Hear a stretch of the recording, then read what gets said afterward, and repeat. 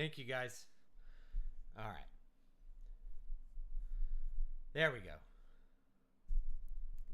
Little low output today. Check, check.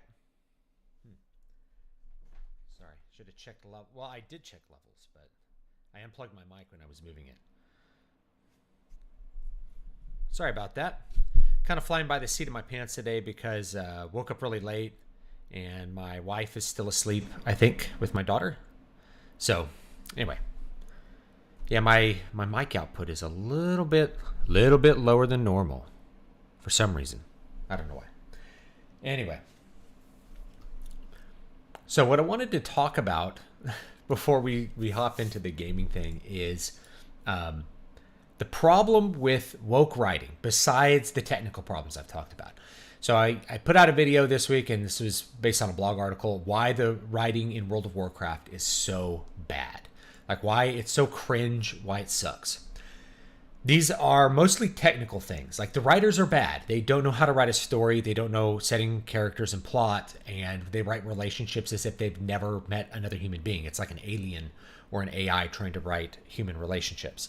It just comes off really creepy and strange. And this is true. I guess it would be true for heterosexual relationships, but there aren't any in Dragonflight. They're all homosexual or transgender things.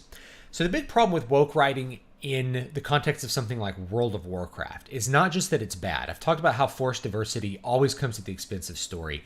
You're cramming your message in there and, trying to force a message into where it doesn't belong, and it comes at the expense of story.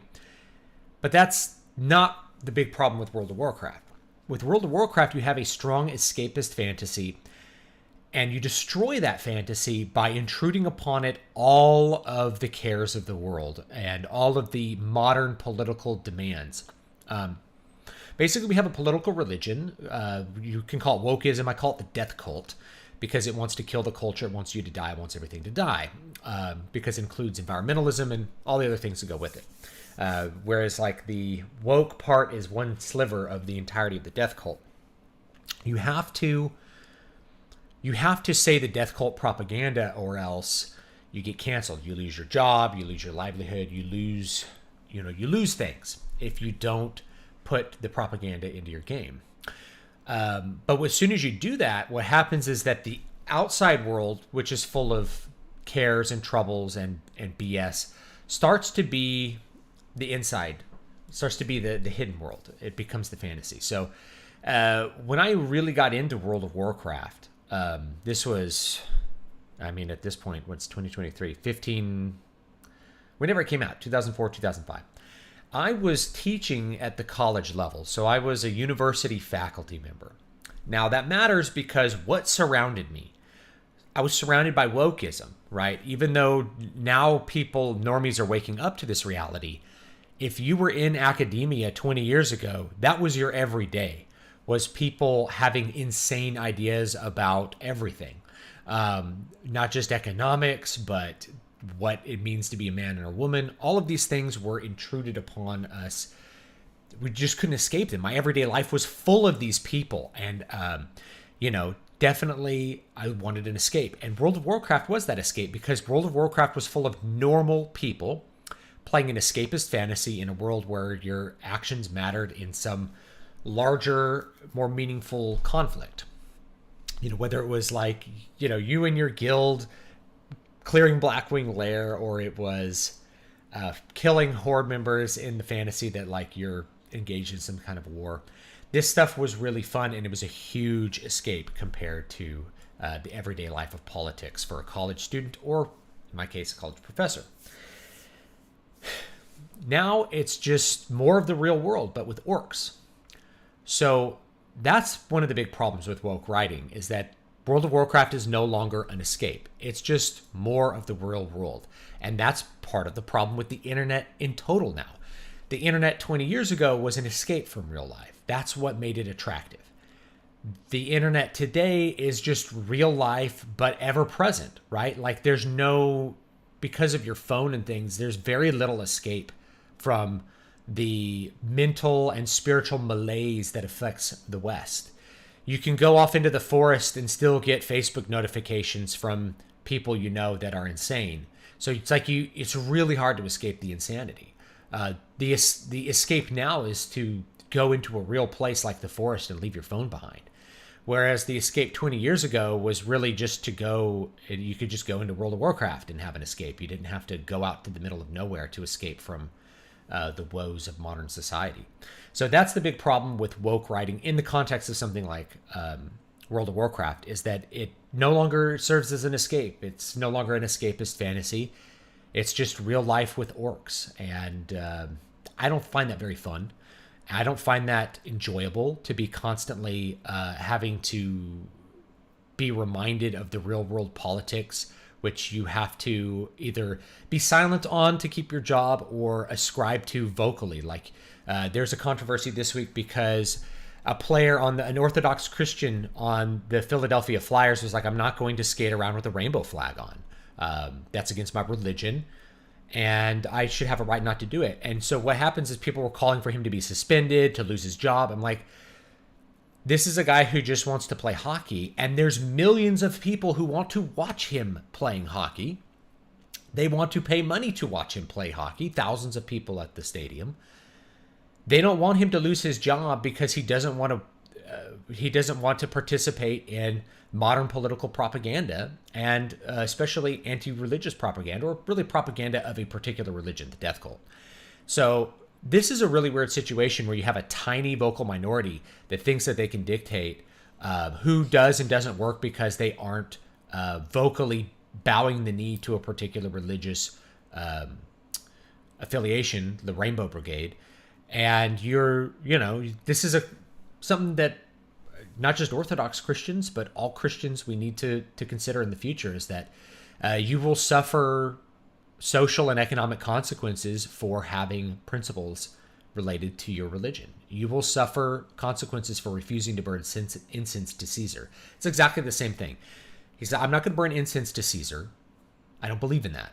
Okay, well, then you should lose your job, and you should lose everything, and everybody who likes watching you play, they should also lose that. Everybody should suffer because you will not burn incense to Caesar.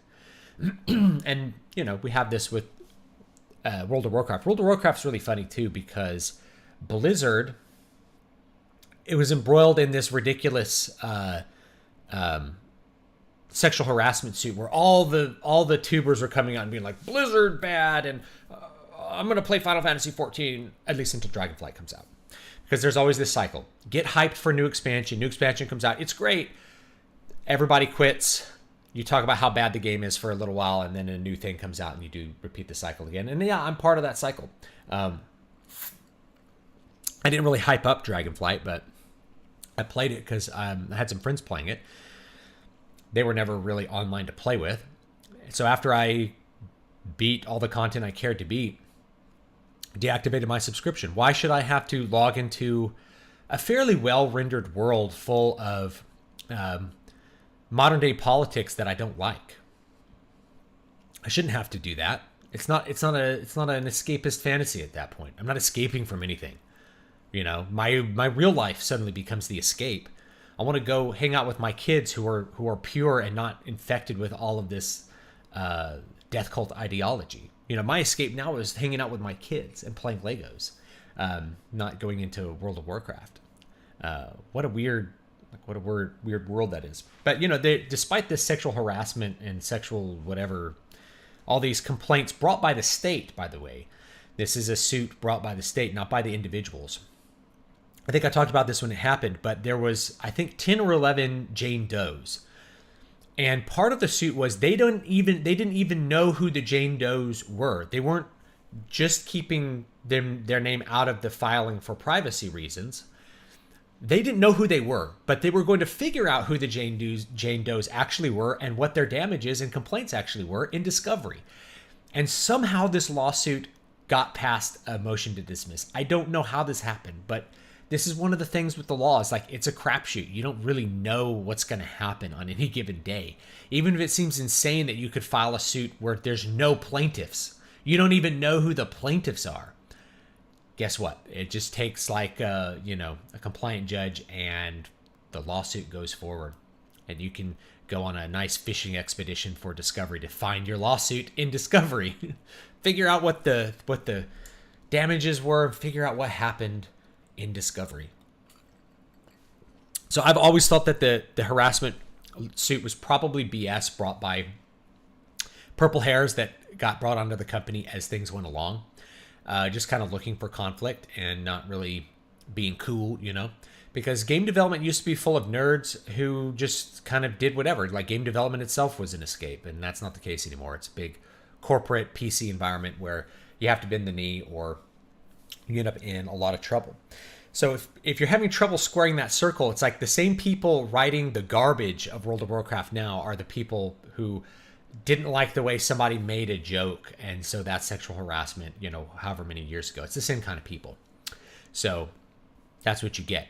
And of course, they're not going to push back on the woke writing. You're like, maybe we should have some characters who aren't gay or trans, because 99% of our player base is like straight males. Maybe you should do that. It's like, oh no, we're not going to say anything about that because it could be bad PR. So we'll just let the woke writing hit maximum level to the point where it's like, I don't want to see this. This is like my enemy's fantasy. It's even worse than the real world. It's like, I'm unsubscribing. I think the main reason people don't unsubscribe is they don't read the quest text. They don't even, I've mentioned this in the video, they're not even aware that there's gay characters because they don't pay any attention to what's going on. They just don't. So there you go. Yeah, with lawyers like Chesa Boudin, who knows what could happen. This is a problem with copyright. People are like, I'm going to sue someone for copyright infringement, trademark infringement. You can. You really don't know how things are going to shake out with a copyright suit. You just don't. It's really a crapshoot. It's up to the jury. Like, if it goes in the hands of a jury, you really don't know what's going to happen. It could be anything. Anything could happen with a jury. They could hear two things that are completely different and decide they're the same and somebody violated copyright. They could hear two things that are exactly the same. I'm thinking of music, right? And go, no, that's not a copyright violation because there's different instruments. Things like that. You don't know. There's no like official legal standard for things like copyright violation in music. And even copyright violation in words, like plagiarism is something specific. That's copying my words. That's plagiarism and saying they're yours.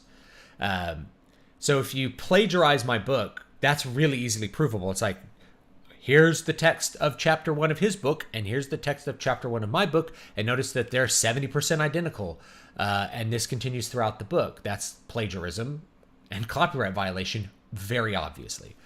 So that's what plagiarism is. It's like, you're using my same words. And it's like, well, he did the same idea, but he did it a little differently. Is that copyright violation? And the answer is almost always no, because we have too many other examples of, same but different occurring out in the world. But you don't know. You could sue somebody for copyright violation and go all the way through all the motions and get to the jury, and the jury can come out with the jury are not artists. Who knows what they're going to decide? It's the same thing with libel, by the way, or defamation. People threatening to sue for defamation, they get to go through your garbage at that point. You really don't want to go through the discovery process of a defamation suit. It's not fun. You could end up with like the Vic Mignogna thing, where you end up losing and having to pay a bunch of money because there's no official standard for what defamation even really means outside of like really slam dunk cases. You just don't want to leave it in the hands of the jury. It's just, you don't know what they're going to decide. You just don't know. The problem... So anyway, that's that. That's the problem with woke writing in the context of something like World of Warcraft, is that it ceases to be an escape and it just becomes more of the real world. And you can see this with books too. If the book is full of that, then why would you read it? Why would you bother going through the motions of reading a book that makes you feel like you're just afflicted with the problems of the real life in a book? You probably wouldn't. You close the book and you find something else which is fun to read. So think of this as authors. Oh man, I want to include things about, the conflict between like gay culture and not gay culture. It's like, just, you can have that, but people may not like it. They may just want to close the book because they don't want to read about that stuff. They have to deal with that stuff every day. Their ears are full of it every single day of their life, and they hate it. The problem is the normies who just accept what's put in front of them. It's not the left or the right. It's the unaffiliated that keep it going. Normies aren't pawns. They're the board. Yeah. This is an interesting point, right? People think of like normies as these NPCs who just kind of like reiterate that. But normies just kind of consume content. Moreover, they don't become gay culture warriors. Rather, they just watch the shows full of gay characters and just don't really think too much about it. So it's not the people who become the gay culture warriors. Those NPCs are people who are indoctrinated, not just through that, but through other means. Normies just kind of continue on. It's like you're not going to really get normies to quit buying woke crap because they don't really see an alternative. They're not going to go searching for any. They're not going to even play an old game. It's like, man, I really don't like the woke writing in this. Why don't you play an older game? You know. Just play an older game. There's none of that in games from 20 years ago. Oh, but they're old and they don't, it's not for PlayStation 5. You know, people get pulled into this idea that newer is better, and that's not really the case.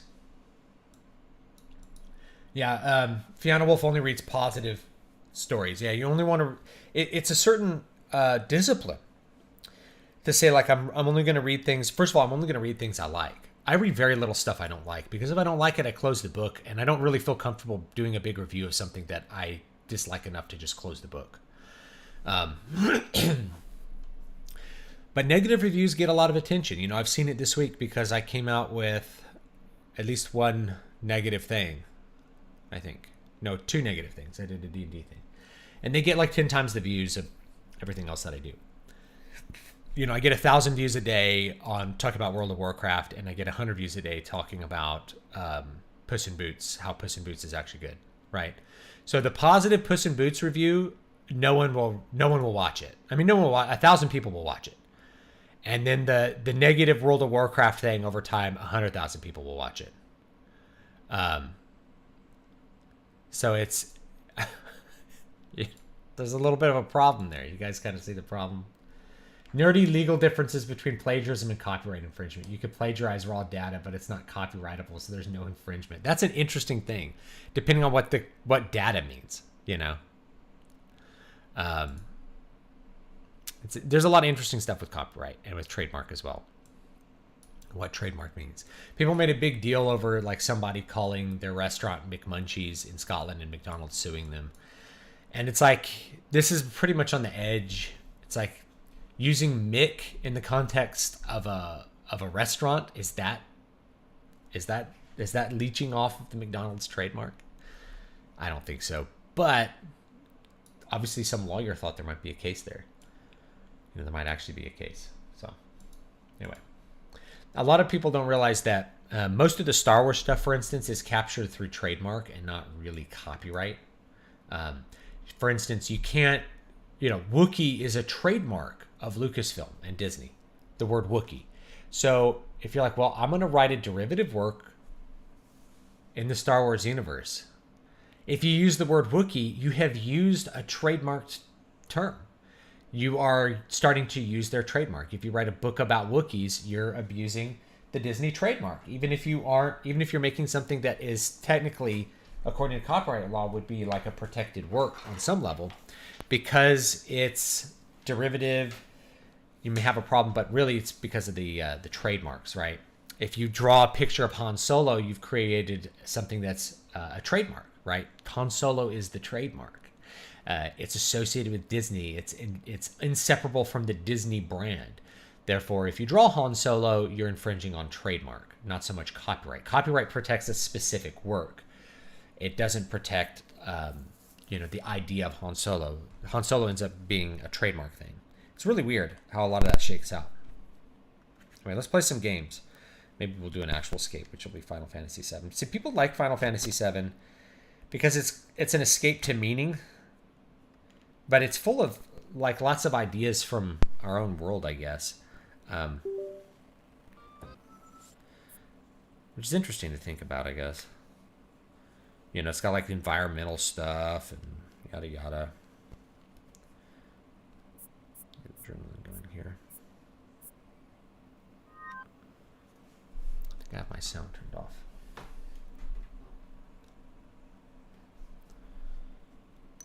There it goes. All right. Love Puss in Boots. Gonna watch the movie now. Yeah, it was very, what's the word? Competent. It was very competent.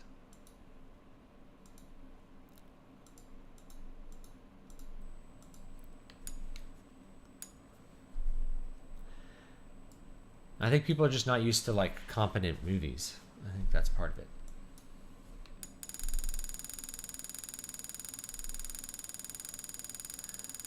All those games.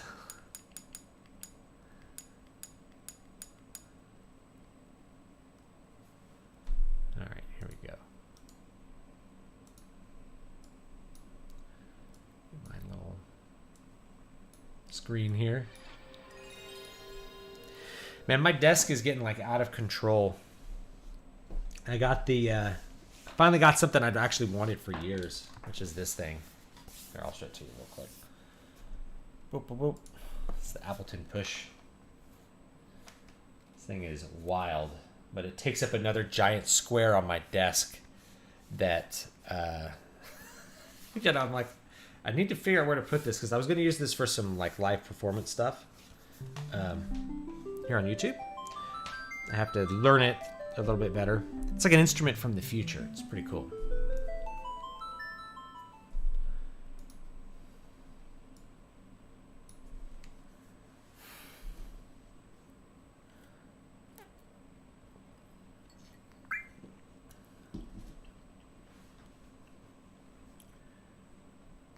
McDental got sued and lost. Oh, man. Where were we? 2653. That sounds about right.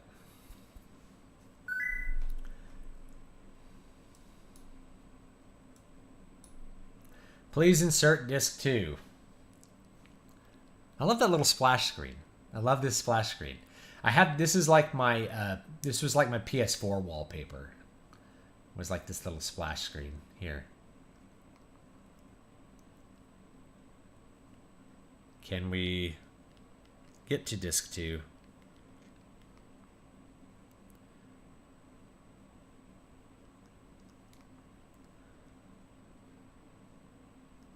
Maybe we can't. Maybe we can't get to disc 2. That's going to be interesting.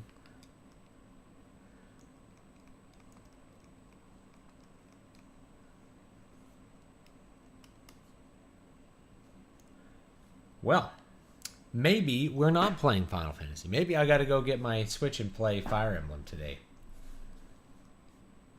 Wizards of the Coast tried patent rolling D20 and adding a modifier and got thrown out of court, if I remember correctly. Yeah, you can't copyright rolling a dice. Like, it doesn't work that way.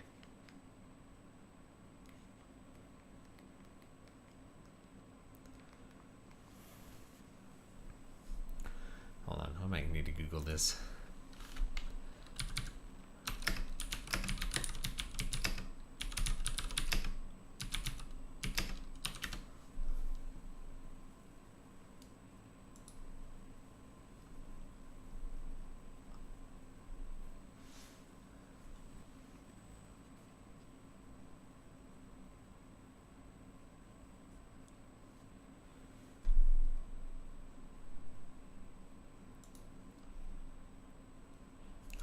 Let me see.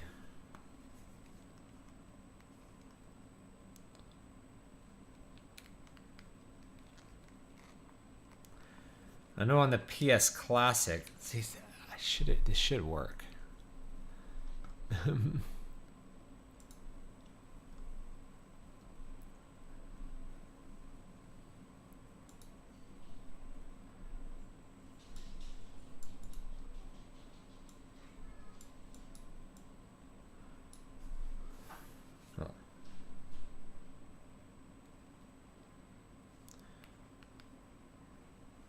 Might need to do this with the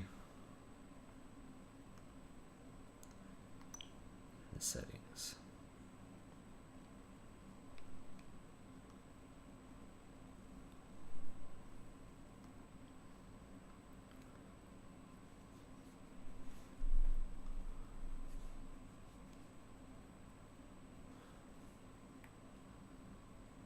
And I'm not sure how to do this with adrenaline, because I'm playing it with adrenaline.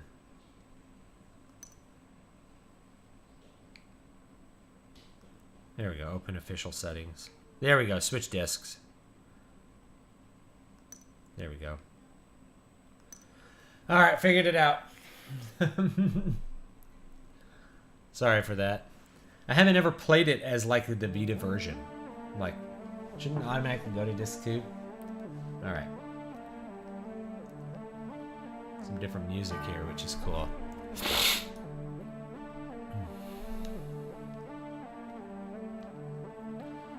Which way did that Sephiroth guy go?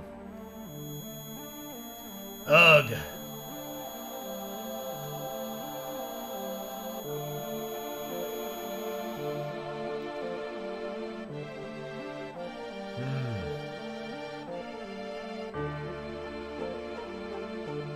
Sephiroth said to me, head north, past the snowfields.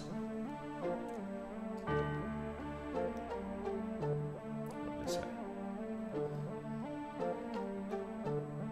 See if there's anything in here. No, already got the treasure here.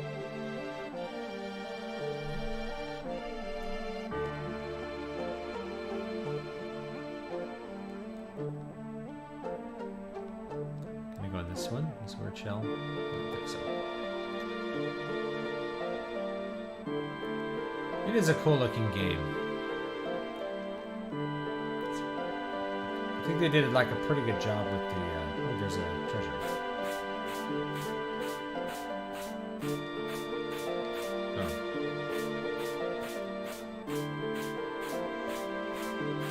Oh, I see. Trying to figure out how to get down there to that thing. Just going up to the top of the shell.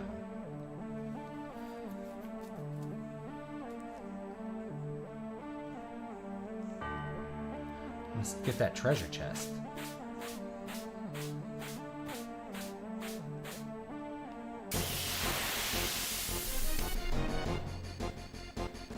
They had a patent on the tapping mechanic from Magic the Gathering. Yeah, the thing is, the rest of the game doesn't really look like Final Fantasy VII. Level 4 Suicide. That seems like an interesting...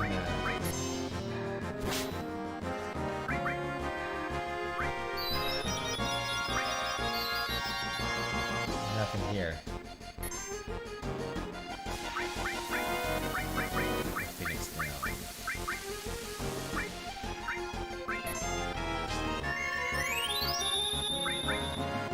From these weird things. Sewer. Sewer.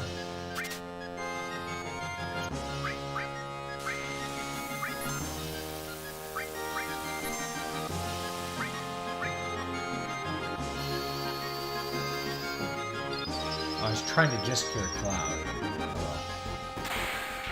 There we go.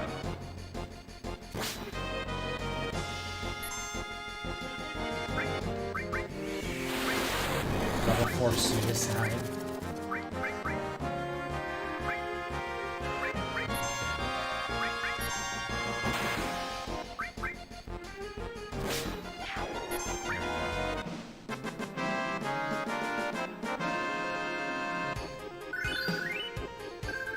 It was pretty wild back in the day how, like,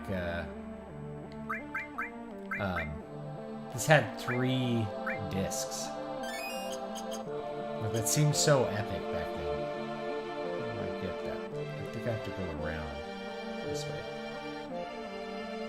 Yeah, there we go. More enemies! Little hedgehog guys.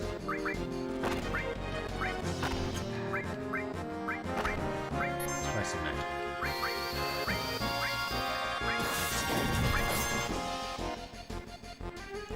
Death sentence.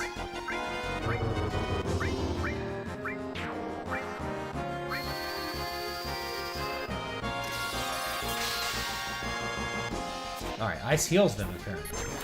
Good to know. they die really easy, so.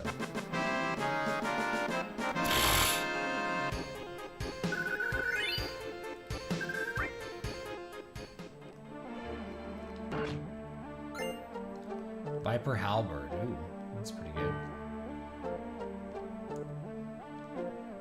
You have to go up these weird spindly stairs. Yeah, the rest of the game doesn't really look like Final Fantasy VII. That's the thing. It's like people think of Final Fantasy VII and Midgard. That's what they think of. And honestly, they're right to be that way. Because that is Final Fantasy VII in a big way. The rest of the game is just kind of an imitation of Final Fantasy VI, I thought. Like aesthetically and gameplay-wise.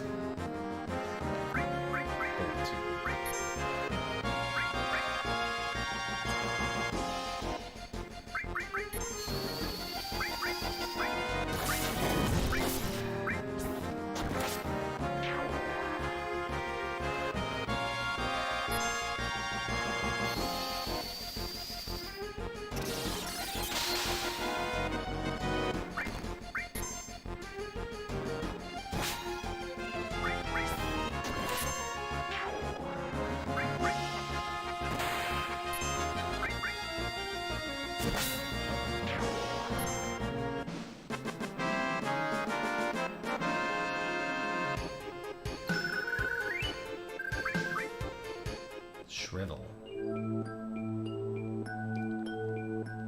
Oh, there's treasure. How do I get the treasure? Go into one of these cracks, I think. Shimmy up the crack. Right.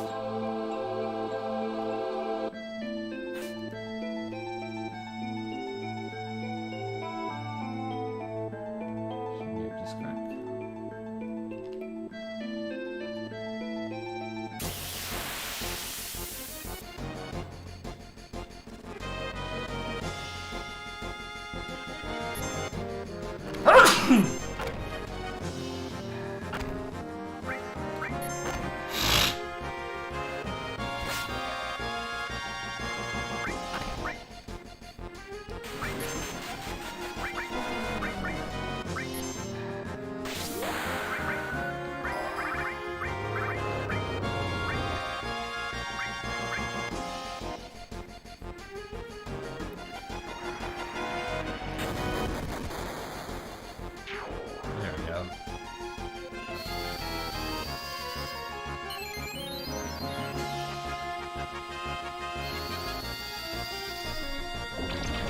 Funny enough, Wizard of the Coast only patented the tapping symbol. They weren't able to patent turning the card sideways to activate its effects. Have you played Xenogears for PS1? I have, but it's been a very long time.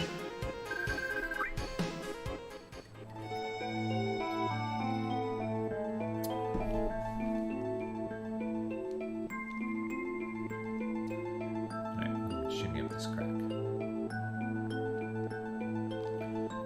Left.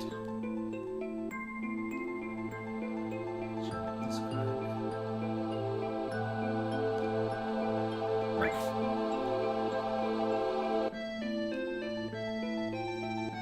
There.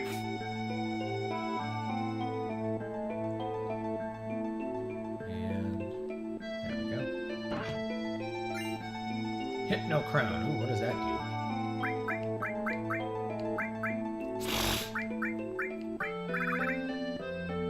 Increases manipulation rate. Let's do that, and let's give her manipulated materia.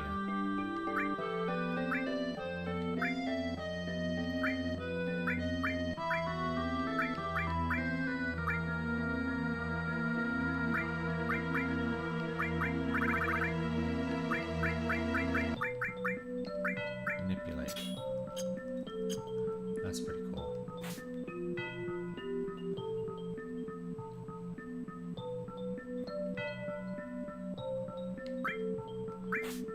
Left here. Up.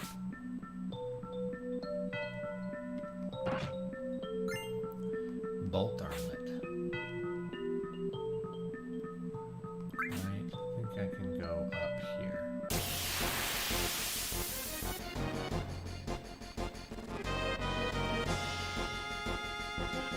Attack, attack.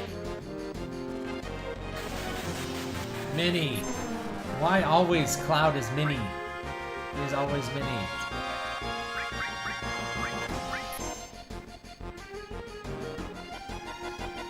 Couldn't manipulate. So much for that.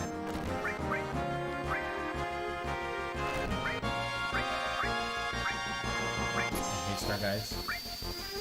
Where did Cloud go?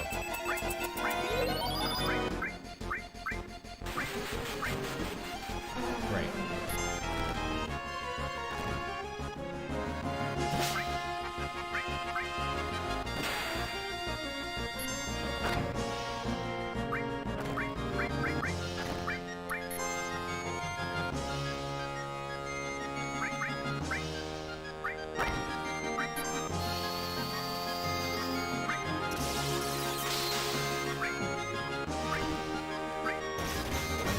Tranquil does, but let's find out.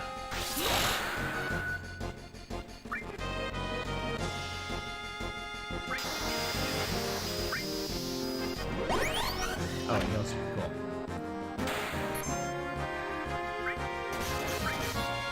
Cool.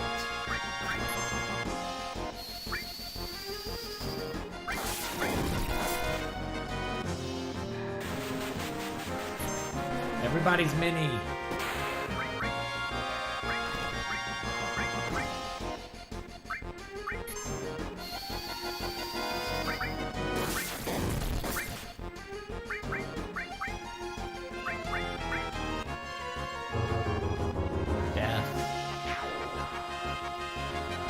Oh, it was suicide. It's like, oh, he ate him. He ate him.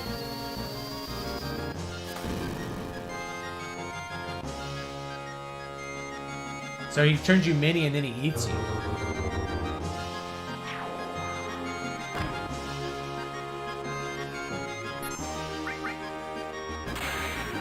I didn't do anything. Should I run away? I think he'll eat me, right? You know, if I can run away, then that might save it. Alright. I think all my guys are dead. Yeah? No! They're back. Alright. Okay.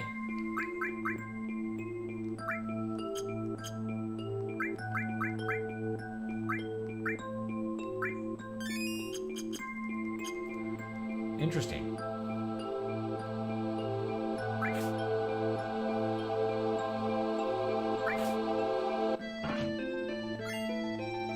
Mega Elixir.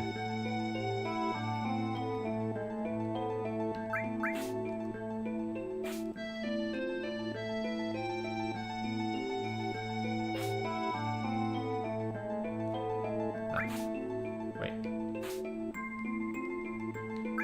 Does down take me anywhere? Maybe there's something if I go down. Let's find out.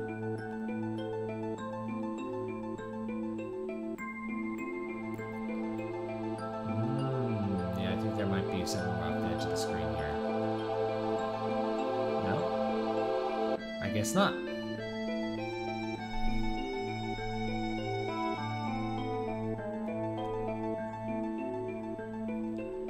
Oh no, wait, there is something down there.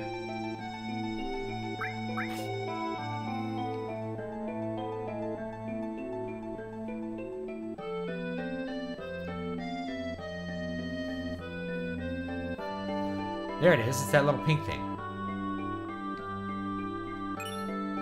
There we go. Magic plus materia.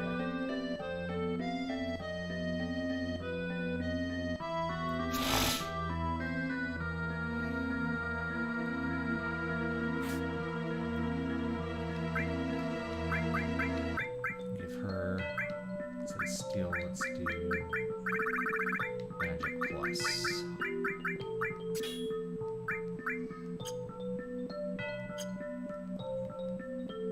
Need to get her some equipment that's set up correctly so that she can be my healer.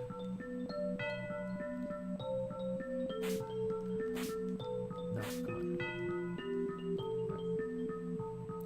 Go into the cave. What's up, McBain?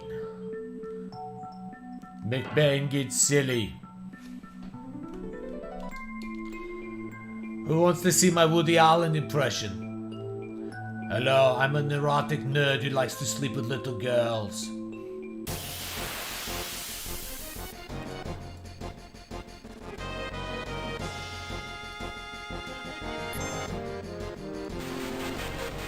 My big gripe with Wizards of the Coast and storytelling is the only straight relationship I can point to of the past 10 years has been between a socially awkward telepath and a monster girl. Everything else is gay. And you know, the funny thing is like, I wouldn't even say there's necessarily like a problem with gay, but like it doesn't start as a gay fantasy at all, right? It starts as like a normal fantasy.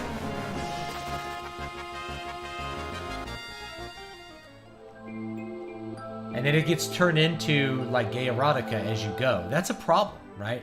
It's like, it's something completely different than what it was originally intended to be. No one got into Dungeons and Dragons or Magic the Gathering 25 years ago because they wanted a gay fantasy. They wanted normal stuff.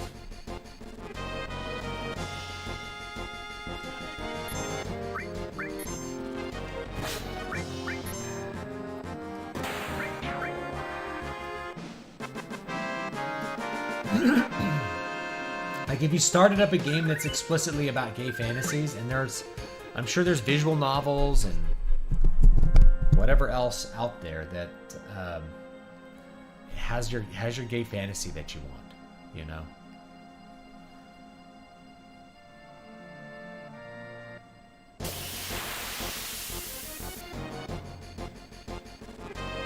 Remember how much hot water the author got into who dared to write a book where Chandra isn't a lesbian? They're writing lesbians out of work as we speak. Lesbians are now all trans. They're totally trans now instead of being a lesbian.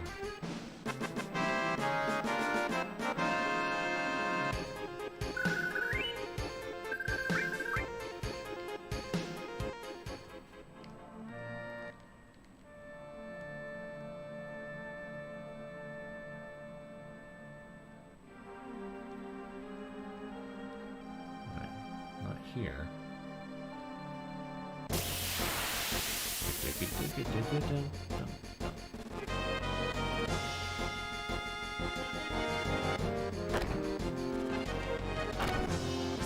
ropes aren't too bad.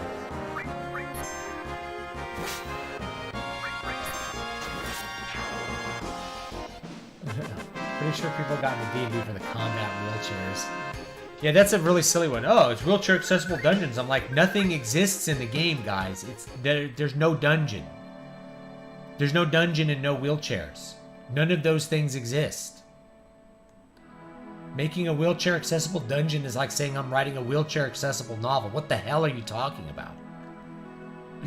There's no wheelchair in the book because the book is about things which don't exist.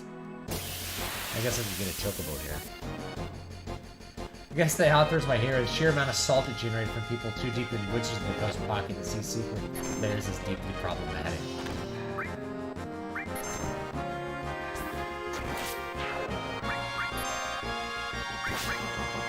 Anyone remember that trans science fiction author who wrote a story called Identify as Attack Helicopter?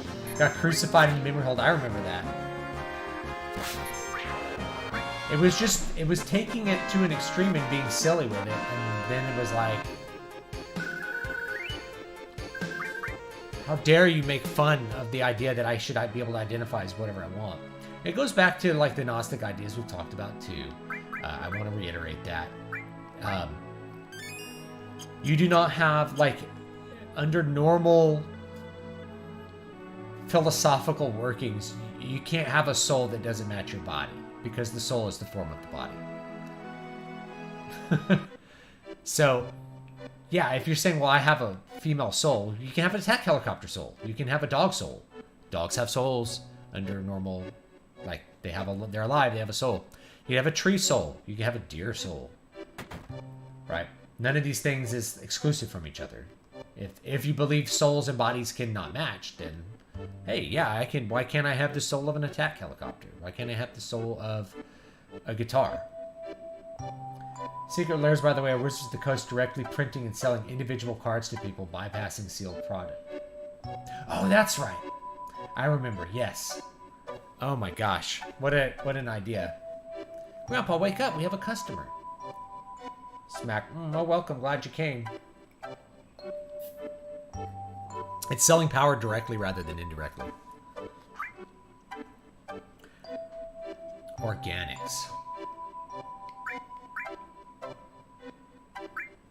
Dragon Claw. None of these seem like they're good. Red Megaphone. Lariat.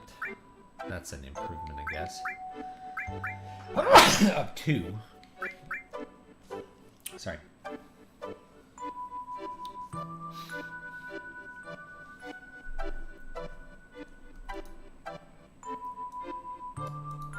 Funny how many political rakes the Harry Potter game has stepped on. Yeah. I mean, the original director of the game got canceled because he had a podcast where he said, like, mildly conservative things.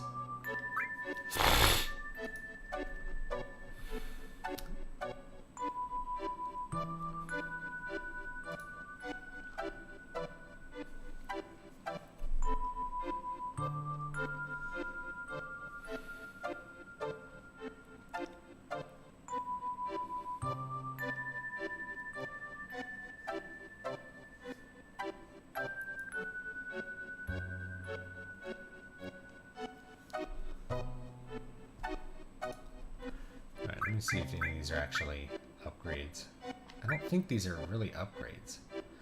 The micro laser might be because it's a ranged weapon. It's a lot, though. Organics might be an upgrade, but it's like an attack downgrade. I don't know how to look at it, though. Actually, I'm going to look it up.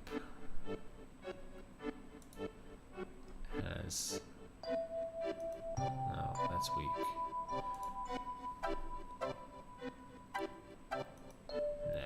I'm skipping that stuff. Don't need that. Once you say one group can identify as something, it opens the door to all. It's just a matter of time. See, the old guy identified as a little girl and got adopted. Exactly. The whole point is that, like, if your soul is not the form of your body, it can be the form of anything. Right?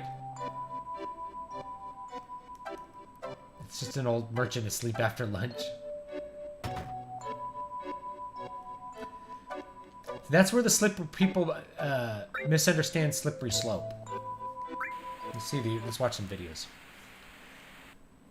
Is that if the justification can be used for more extreme things, it will be. And exactly, it has been. There's people who say I identify as a deer. It's a real thing. Camera's ready.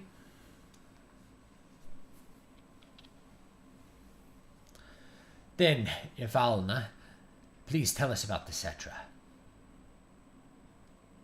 2,000 years ago, our ancestors, the Cetra, heard the cries of the planet. The first ones to discover the planet's wound were the Cetra and the Knowles people. Tell us, Ifalna, where is the land called Knowles Pole? Knowles Pole refers to this area. The Cetra then began planet reading. Ifalna, what exactly does planet reading entail? I can't explain it very well, but it's like having a conversation with the planet. It said something fell from the sky, making a large wound. Thousands of Cetra pulled together trying to heal the planet. But due to the severity of the wound, it was only able to heal itself over many years. Do the ancients, rather, the Cetra, have special powers to heal the planet? No, it's not that kind of power. The life force of all living things on this planet becomes the energy. The Cetra tried desperately to cultivate the land so as not to diminish the needed energy. Even here, so close to the North Cave, the snow never melts. Is that because the planet's energy is gathered here to heal its injury? Yes, the energy that was needed to heal the planet withered away the land, then the planet tried to persuade the Cetra to leave the Knowles Pole, but... Falna, let's take a break. I'm all right when the Cetra were preparing to part with the land they loved. That's when it appeared. It looked like our dead mothers and our dead brothers, showing us specters of their past. Who was the person that appeared at the North Cave? I haven't any idea. That's when the one who injured the planet, or the crisis from the sky as we call him, came. He first approached as a friend, deceived them, and finally gave them the virus. The Cetra were attacked by the virus and went mad, transforming into monsters. Then, just as he had at the Nolus Pole, he approached the other Cetra clans, infecting them with the virus. You don't look well. Let's call it a day.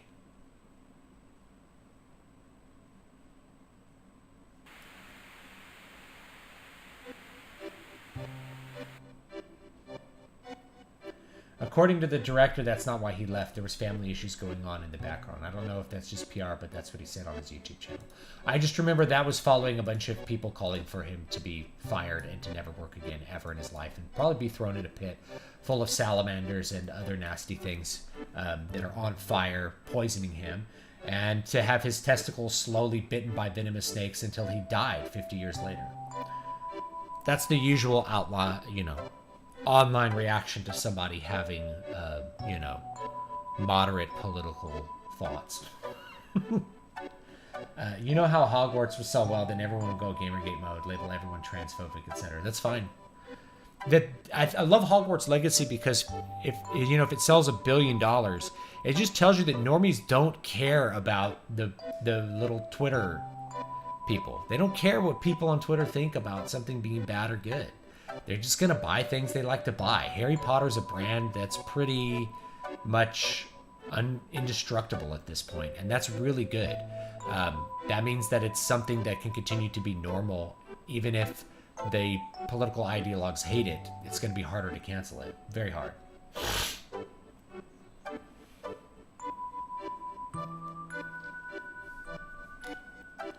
All right, let's watch another video. What is weapon? Weapon.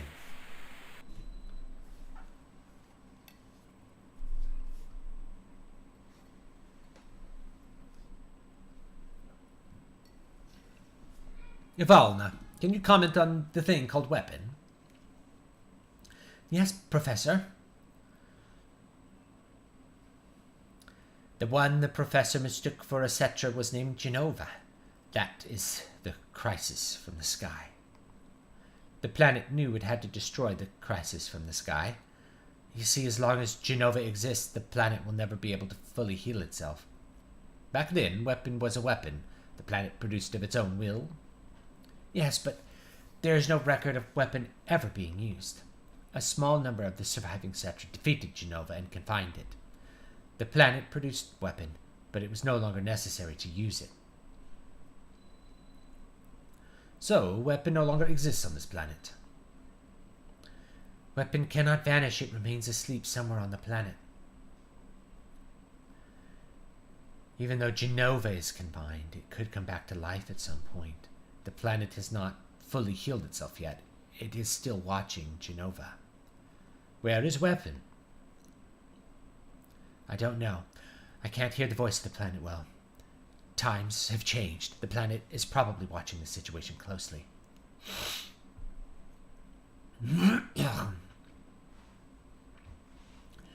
Thank you, Avalna. That will be all for today.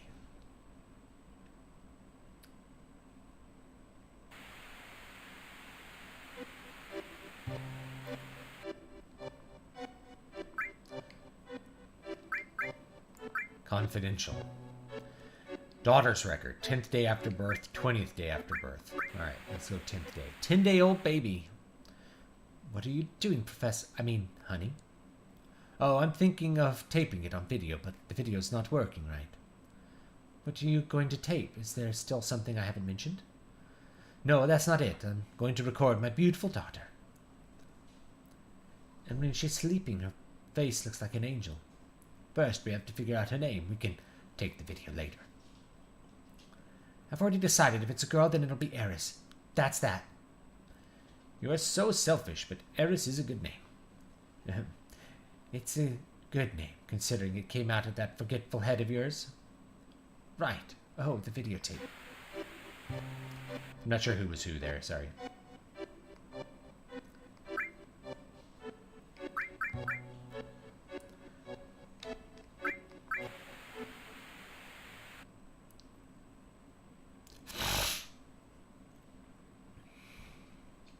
Video again? You just got through taping. Please don't say it that way. It's our lovely daughter, both yours and mine. Don't you want to capture her childhood on videotape? If you keep doting on her like that... Oh. If you keep doting on her like that, she won't grow up to be strong. Eris is different from the other children. I wonder what dangers await her. Never say that. I will protect you and Eris no matter what. You and Eris are my only treasures. I'll never let you go. I feel so much better now, darling. If I hadn't met you, There's a little 3D hug there. Who could that? I was just about to. Damn. How dare they intrude on our private time together? I'll send them away. Yes, at once. Who, the devil?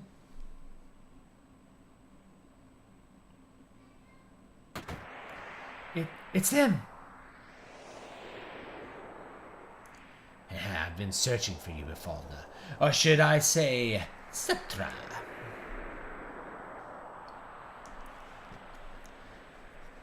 Long time no see, Professor Gast. Hojo, how did you know? Believe me, I had to turn over a stone or two to find you. 2 years I waited. That's how much I wanted this new sample. New sample? You don't mean Eris. Eris, what a nice name, huh? That's it, I'm severing all ties with the Shinra. Hojo, please leave. Please, Foreigner, please, Eris has nothing to do with it. All you want is me, right? I'll need all of you for my experiment. You understand, don't you, Professor Gast? We can change the future of the planet. Don't worry, Foreigner, I'll take care of this. Please don't put up a fight. I don't want any harm to come to my precious sample. What a funny-looking camera. God, destroy it. Be careful with her. What are you doing, Professor? If Alna, take Eris and run. Ah, darling!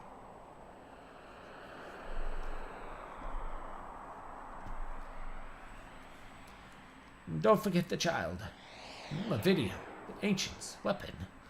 Mounted of treasure. Thank you, Professor.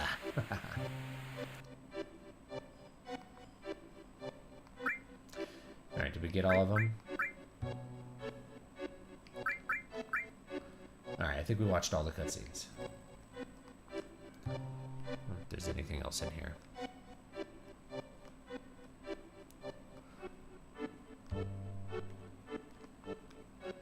Anything else? Whoa!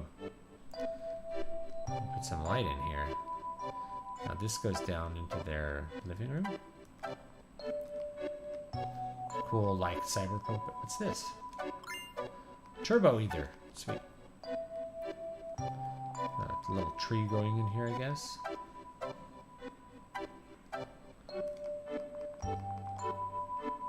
Anything back here?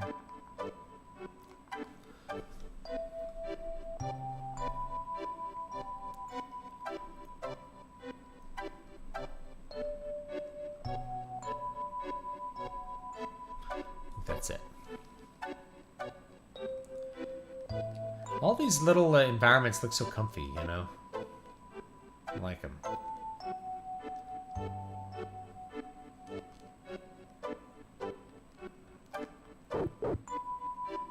It's a puppy.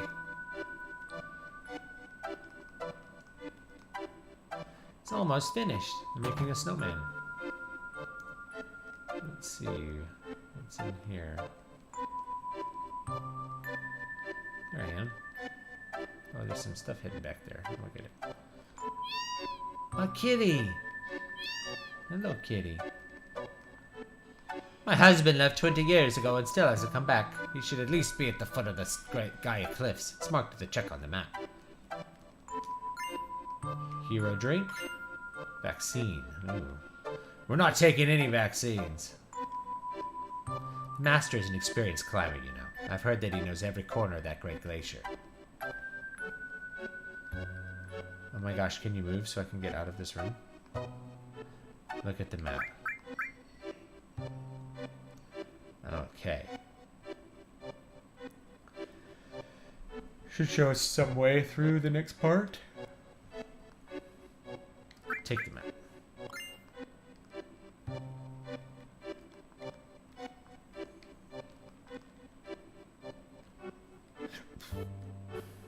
Guy out here.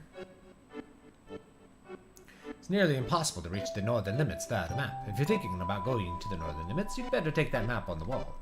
What nerve? You already tore down the map!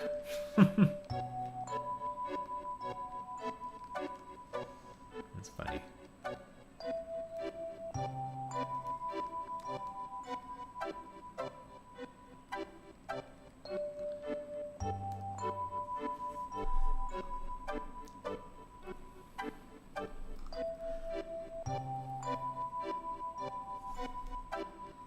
Let's see what else is here. Here's an inn.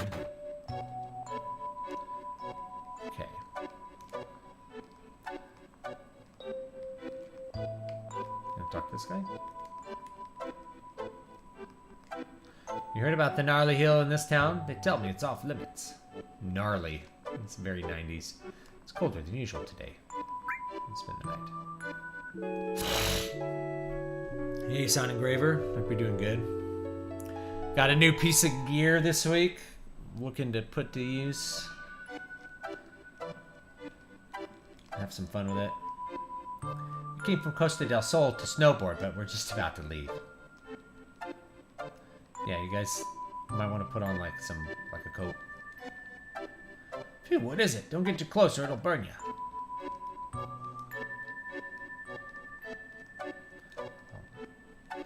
Will it burn me?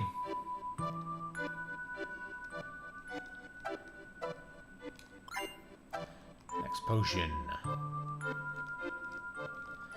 The beds.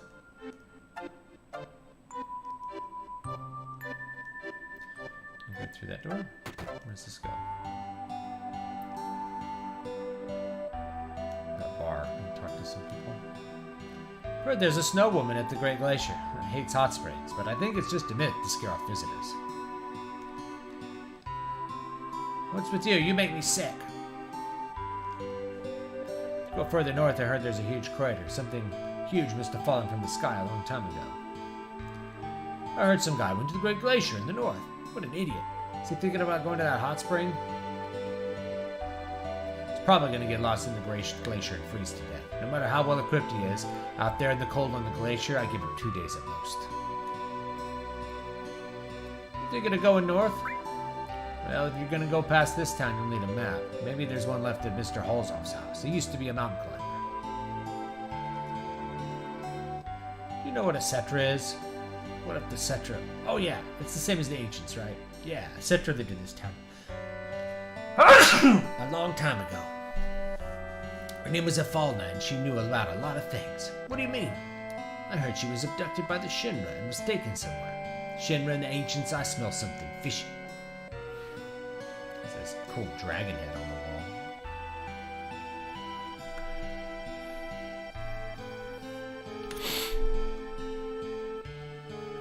Alright. Restroom. I can't go to the restroom in this game. My favorite PS1 game. The remake is great, but doesn't capture the magic of the original.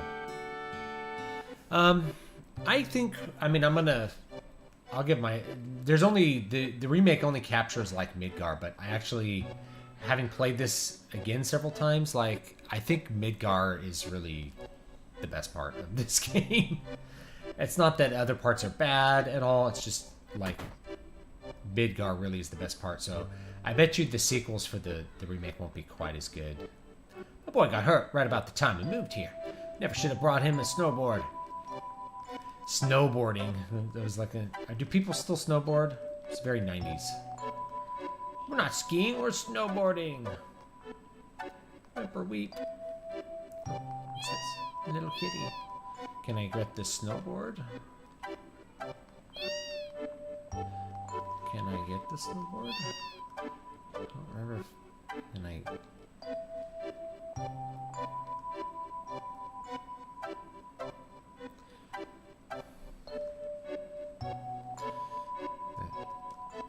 Does the minigame work on its own?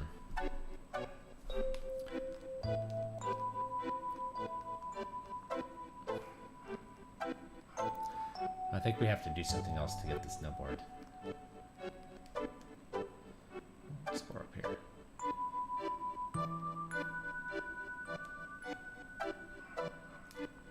No, don't! It's a steep downgrade past here. It's dangerous. Please don't go. I'm still going. Damn, I was just being nice. What the? Who are those people over there? Looks like trouble.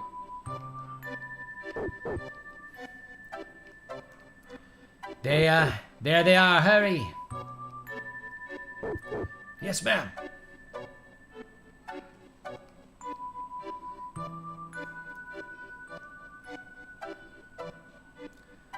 Cloud. Please, I won't let you go any further. What's that down there?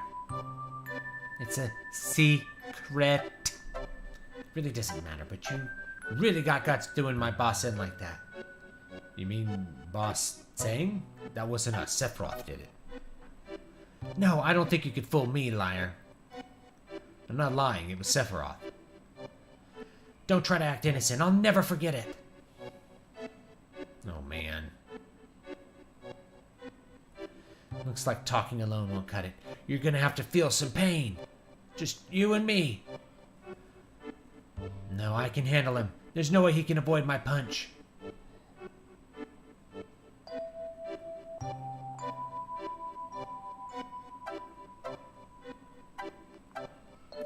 What? Yeah. Dodge that punch. Oh, he punched me. Why? Why didn't you try to avoid it? There's no way they can climb the Great Glacier anyway. Put them in some house in the village.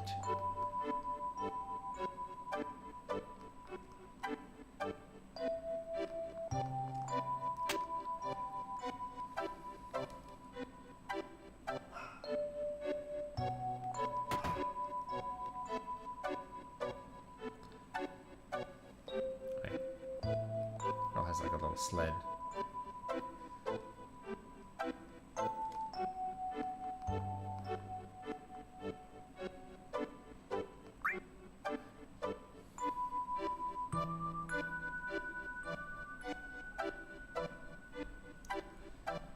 Directional button, break, jump.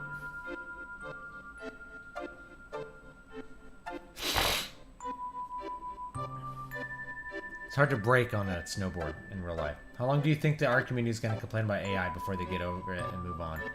Once it's illegal and Disney can use it and no one else can, that's when.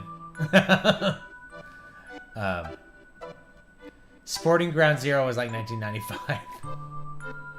Have you ever submitted a book review on Amazon only to have it later rejected? Happened to me last week. Nope, I can't do book reviews on Amazon according to the terms of service. Because I publish books on Amazon, I'm actually not allowed to do Amazon book reviews, and it could get my account suspended. So, I don't do book reviews on Amazon. I can do them on YouTube, or which I do, or other places, but I'm not supposed to do book reviews on Amazon now. Do you want me to explain again? No thanks. I need to get a snowboard. I think the kid gives me a snowboard now.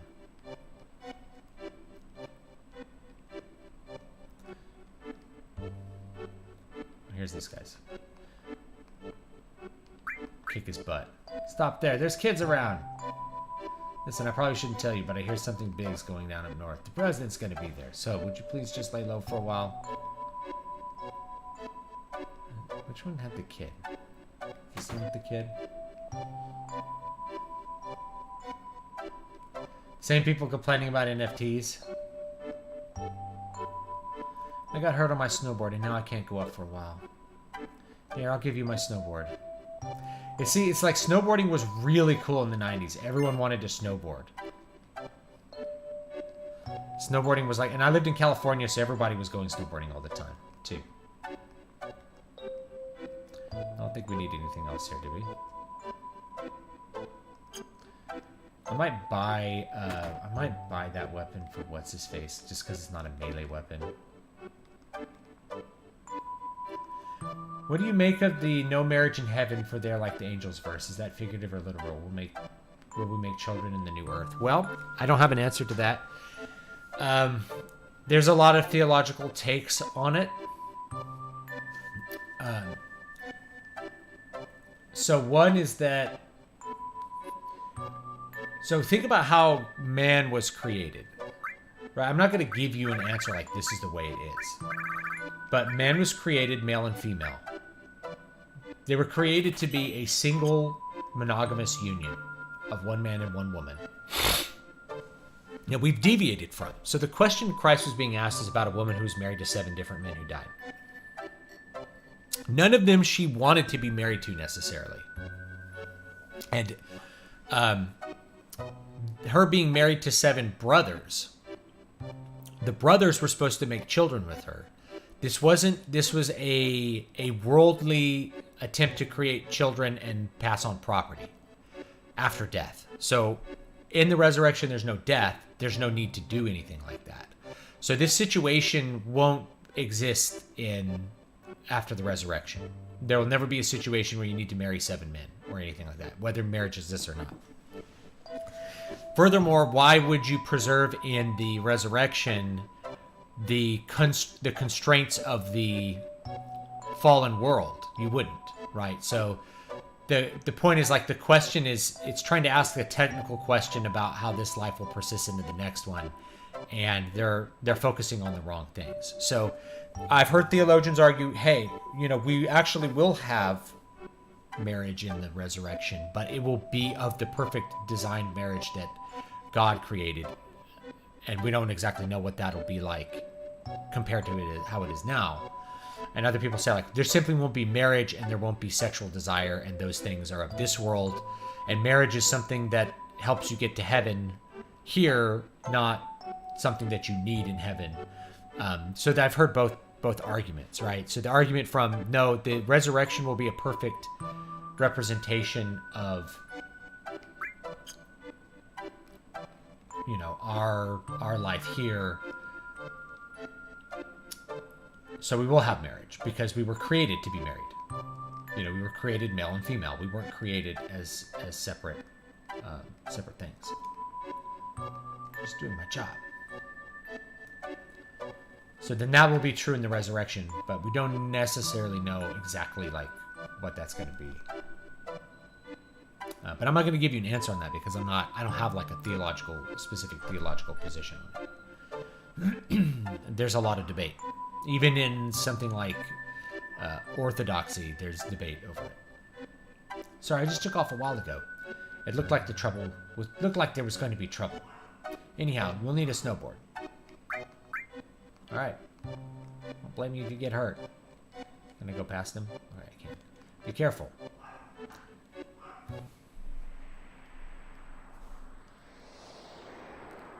All right.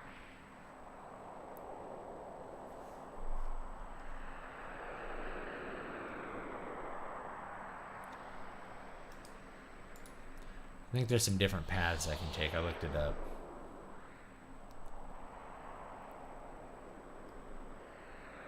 I think you end up in different places depending on what you do here. Square slows you down, and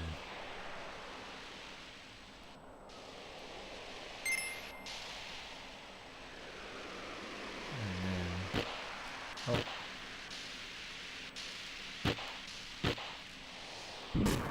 Yeah. I'm not great at this, guys. I'm not getting all the balloons. I don't know if you can do this minigame again. It was pretty cool at the time, like being able to do this.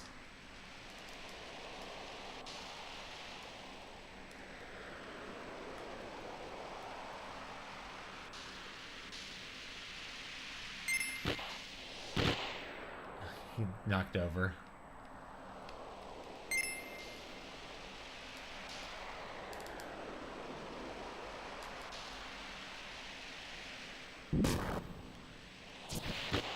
Oh, that jumps.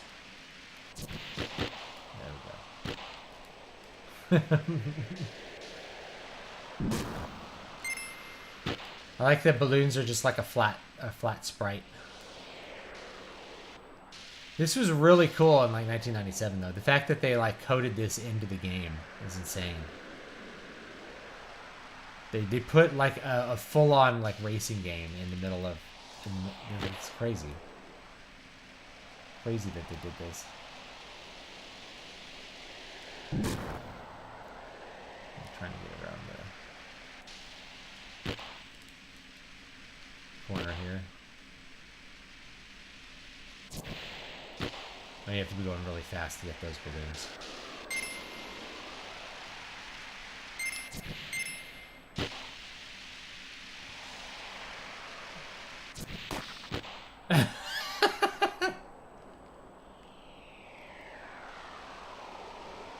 Oh, I like the motorcycle minigame.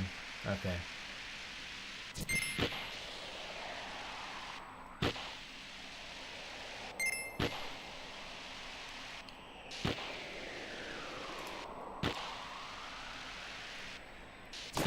Ah, the little Moogle man. Moogle snowman.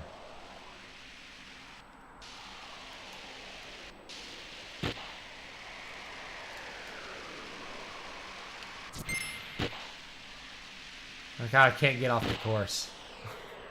Oh, there's a wall there.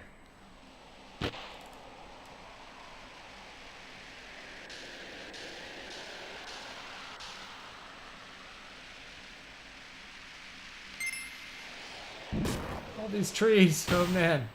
I knocked a tree over. Poor Cloud. Speed 0 kilometers an hour. I presume the balloons give you something, but I don't even know what they give you.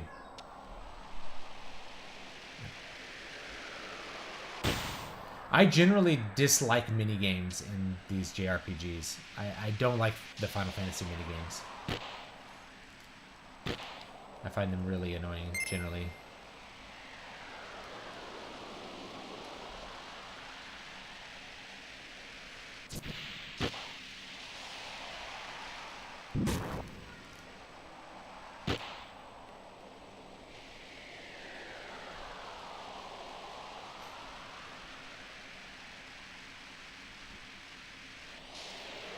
Go right? I think we could take a couple paths here. I don't remember what path goes where.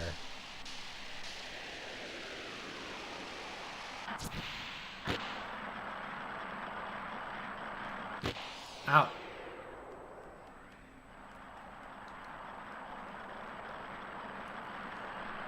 All these snowballs. So many snowballs.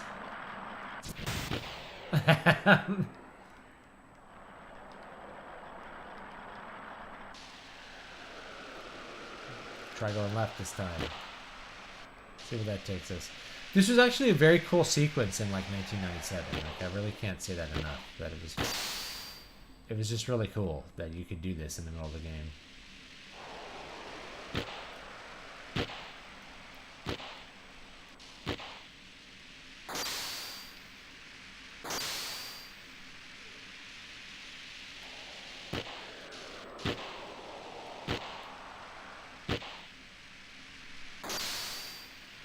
Crashing into crystals.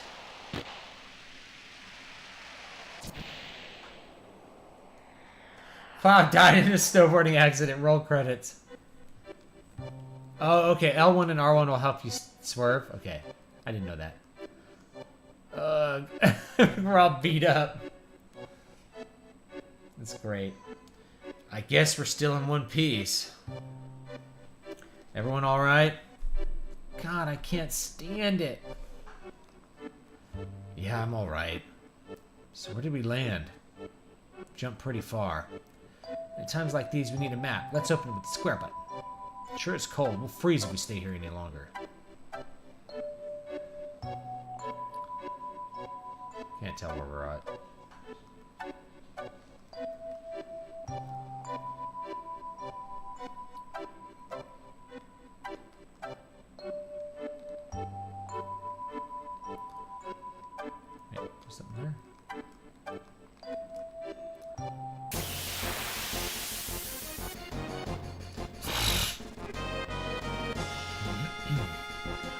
Ooh, bugs.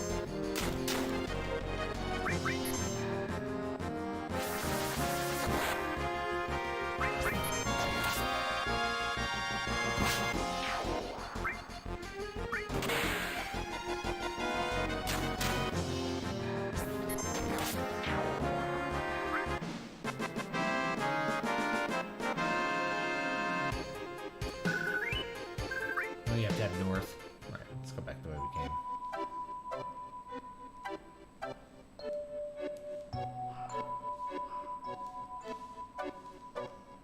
Thank you.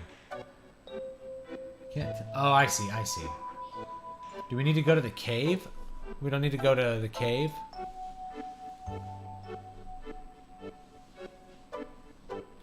Oh, you'll pass off and wake up, I think.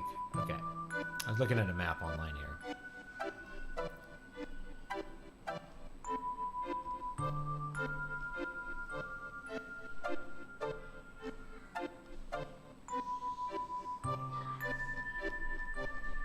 Alright. I'm not sure where we need to be going here.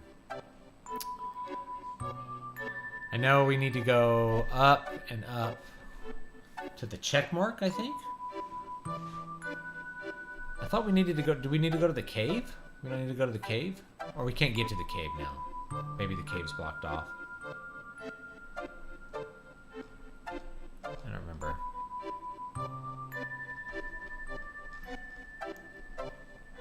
I don't remember. You could, but the objective is north. You'll be forced there eventually because you can pass out in the cold.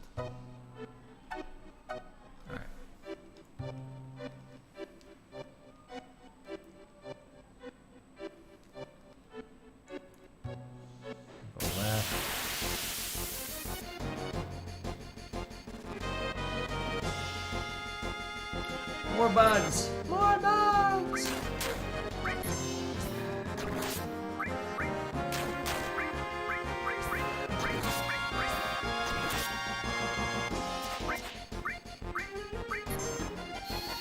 Oh, some magic.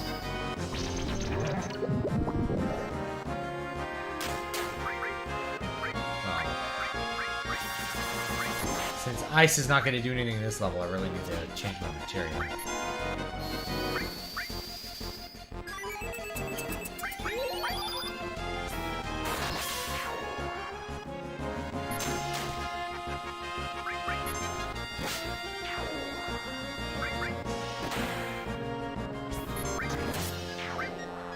I've played this before, but it's been some time.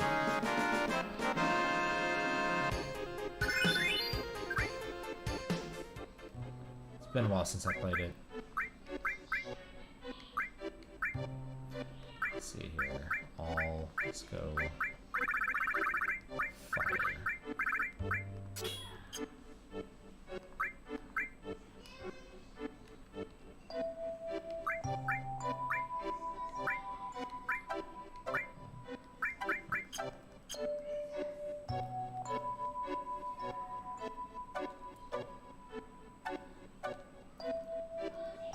No, don't worry about spoilers. This game's been out for billions of years. Like, spoilers should never be an issue at this point. Like, no one should care about Final Fantasy VII spoilers because there's honestly not that much to spoil. And it's also been out a billion years. Like, who cares? It's like, are you gonna spoil the ending to Sixth Hits? It's like, it's been out 20 plus years. Yes, you spoil it. Turns out he's a ghost the whole time, guys. Yeah, there's nothing to spoil. If somebody is watching this and has never played Final Fantasy VII, you don't really... There's not that much to spoil at this point.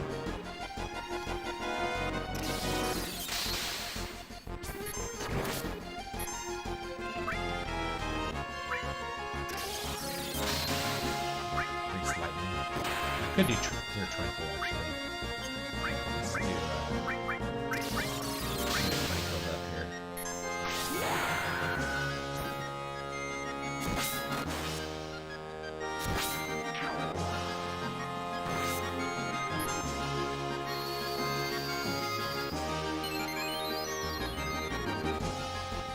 I'm really wondering how they tackle Emerald Weapon in Remake. I want him treated as the Jaws of They didn't even get all the way through Disc 1 with the first Remake game, so it's really hard to say what to kind of do.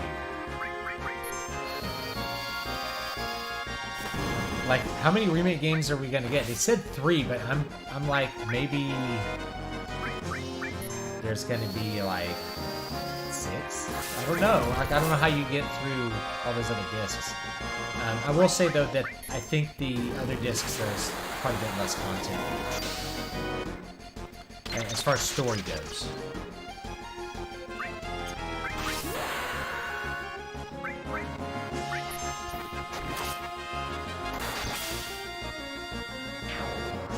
Wow, that hit hard.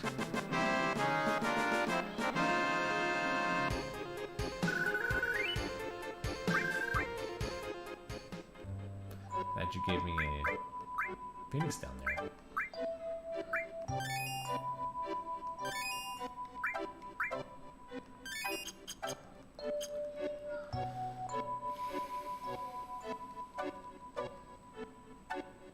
Across here.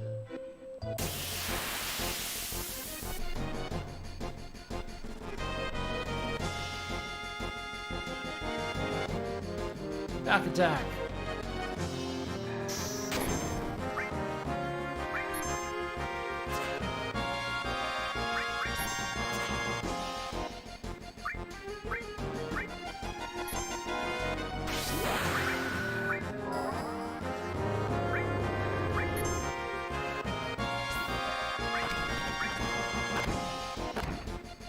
Miss. This guy's hard to hit.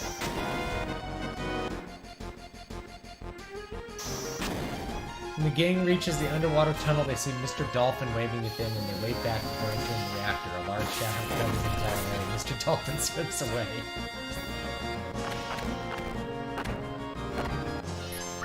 Alright. Get this guy to hit.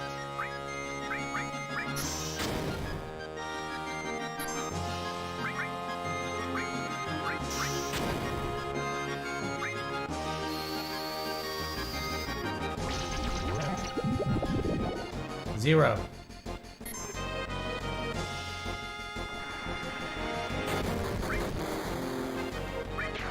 There he goes. Bye.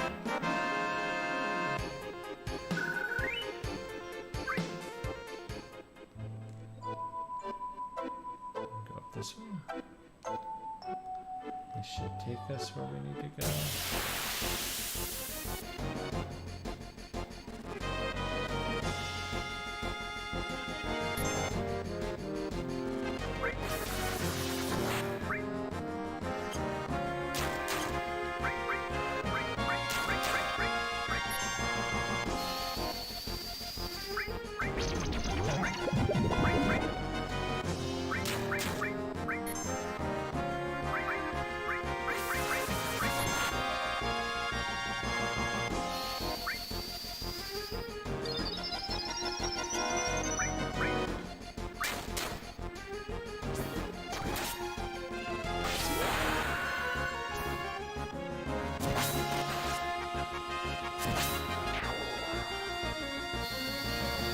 Two.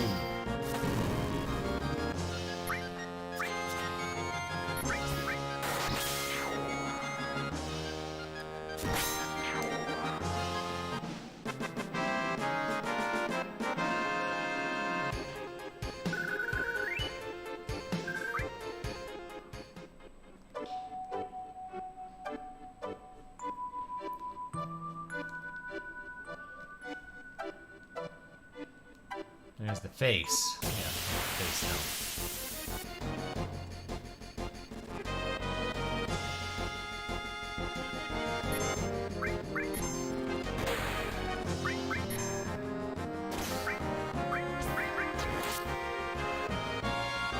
Avalanche! As for how he's treated during the submarine exploration and boss battle, but I don't know when he's days powerful enough to one-hit everyone into death somehow.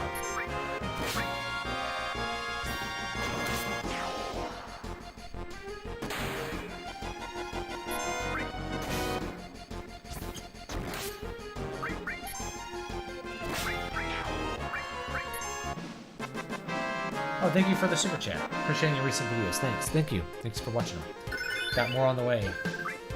Oh yeah, I wanted to tell you about this piece of gear I got. I'll just show it. I don't have it plugged in right now, but it's pretty cool. So I'm gonna use it for some live stuff, and I've been using it for tracking things too. It's the Ableton Push. It's gigantic. It's not gigantic, really. It's like the size of a laptop, so you can use it with a laptop stand. This is a MIDI controller specifically for Ableton, which is a DAW that I use for a lot of my stuff. And boy, it does a lot of crazy things. On one level, it's like a keyboard, but you can use it to keep track of all kinds of different loops and things like that. You can use it as a loop pedal. You can just hook a guitar pedal into it, and you can and a sustain pedal, so you could use it like a piano and like a loop station for your guitar or whatever other instrument you're using. This thing is extremely rad, and I'm really like excited to do even more with it. So yeah, I had to take it off my desk because I'm running out of room on the desk.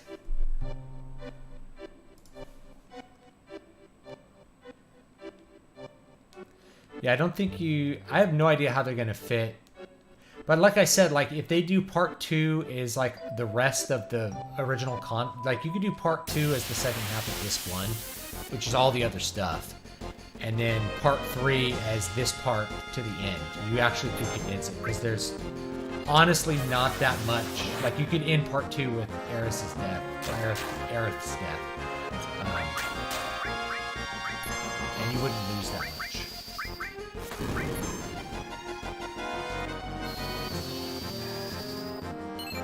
Yeah, it's a really cool MIDI controller that is made specifically to work with Ableton or Ableton, however you want to pronounce it. Ableton Live. So I'm going to use it for like some live ambient stuff, live looping, other things like that. Like for live performances, I could technically use that instead of bringing a piano. Like I have a piano over here. Maybe you can see it a little bit. But yeah, I have a piano here. I could just not bring a piano to do all the synth stuff.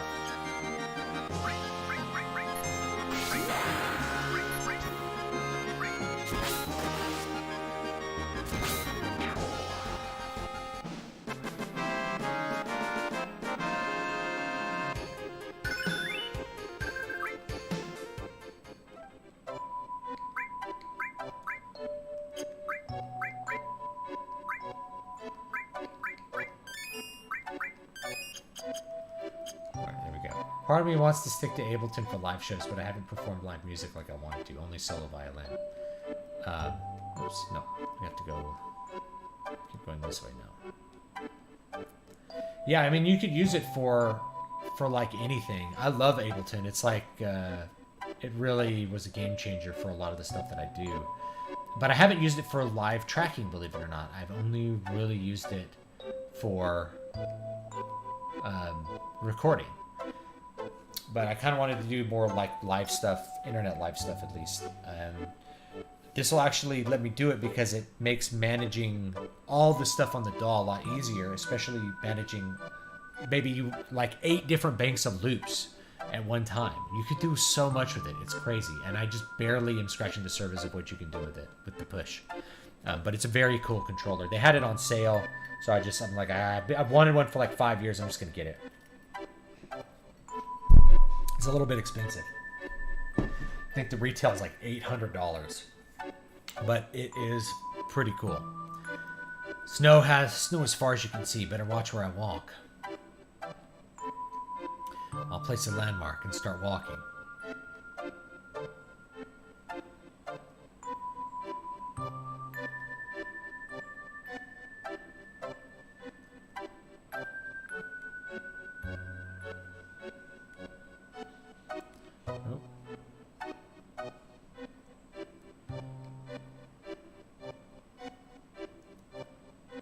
May I ask where you got it from, Sweetwater? I got it off of Ableton's website.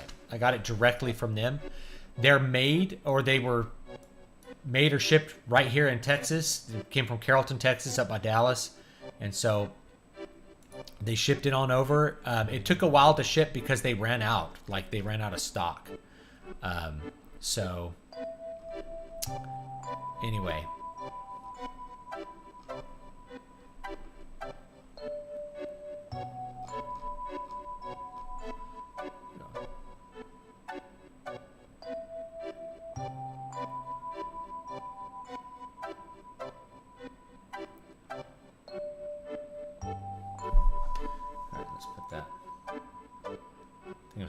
this way.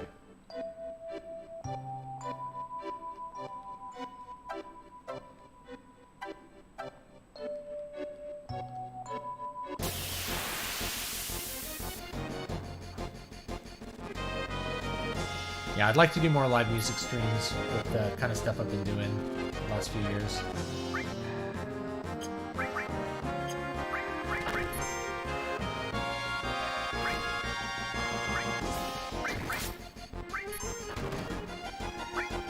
Now, I will say you can find them used. A lot of people buy these things and don't use them. So I checked on eBay, and you can get them for about $500 on eBay. And that's a really good price if it's in good condition. And you already have the DAW. If you buy it directly from Ableton with a copy of Live, it's a little bit cheaper.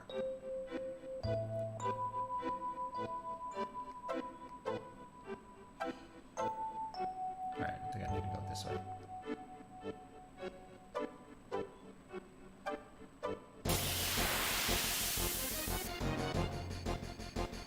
You gotta place a lot of poles.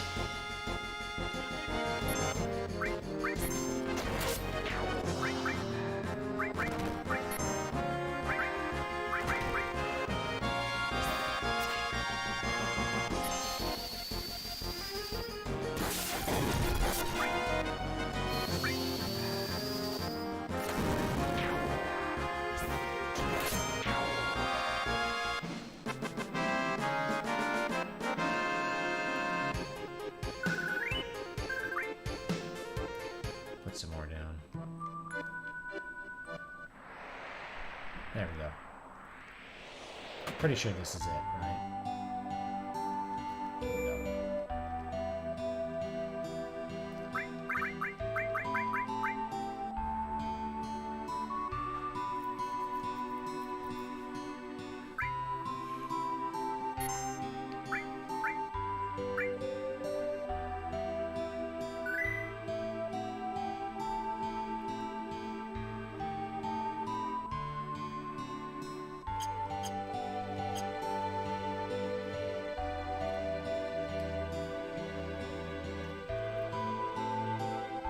Now, this is a surprise.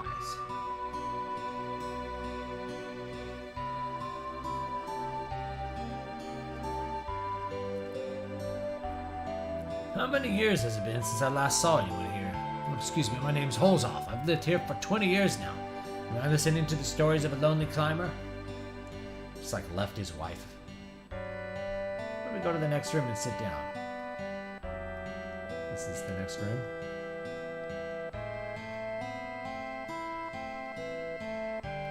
Where's the next room? This room? You ever hear about those who challenged the cliff? There's an old legend that says something fell from the sky here a long time ago. That's what's supposed to have pushed the land up and formed this cliff. 30 years ago, Yamsky and I took this cliff on to see what was on the other side. But we weren't prepared for it. We did expect the temperature to be low, but on that cliff there's always a biting cold wind. The cold air lowers your body temperature.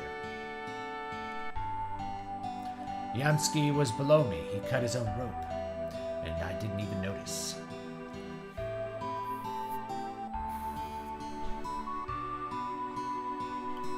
If you want to explore the Great Glacier further, you can come back later during Disc 3. Yeah, okay? Ever since then, I've settled here, continuing to challenge the cliff and provide warning and shelter to my fellow climbers. If you're going to climb the cliff, there's 2 precautions you need to take. First, check your route. It's hard to find because of all the snow. Confirm route.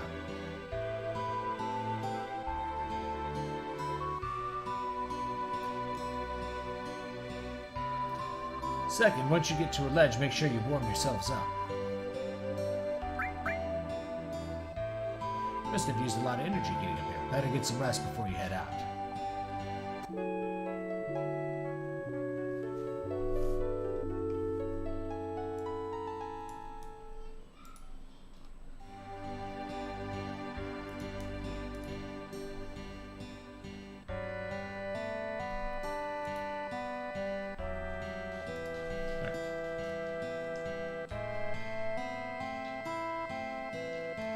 Still up here. I'll talk to him.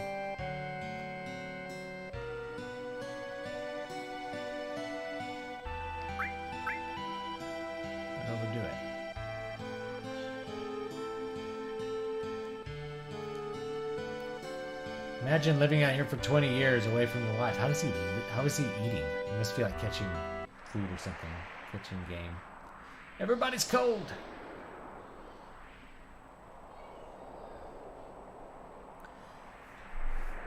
What time is it? I actually may need to go here. Yeah, it's about time to go. You know, I've been thinking. Seeing a place like this makes you realize how awesome nature is. But if anyone ever told me to live here, I'd tell them to, you know. I'll tell you one thing, though. If I did have to live here, I'd change things around and make it better. I guess the total opposite of this would be Midgar. When you think of it that way, Shinra don't seem so bad. Arrgh! What the hell am I saying? The Shinra not bad. We'll secure the route. You come up later.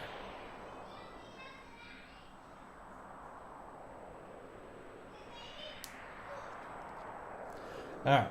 I actually probably need to check out there and get started on the next things. I got some music and stuff to finish up for the weekend. Appreciate everybody coming and hanging out for a little bit. Yeah, we'll do the mountain climb, and then there's another level, I think. What level comes next? I'm trying to remember.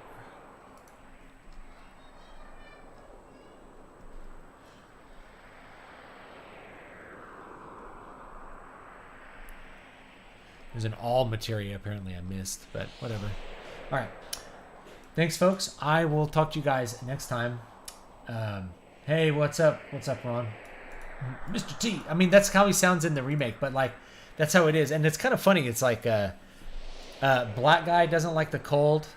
Now we'd be like, that's a little racist. Why wouldn't an African like the cold? It's like, I don't know. It's a thing, you know? All right, I'll take it easy, guys. I'll see you guys next time. Yeah, I'm going to try to finish up some music. Try to figure out how to do some more live music. I got to figure all that out this week. I've got a lot of goals, you know? All right, take it easy, guys. I'll see you all next time. Have a great day.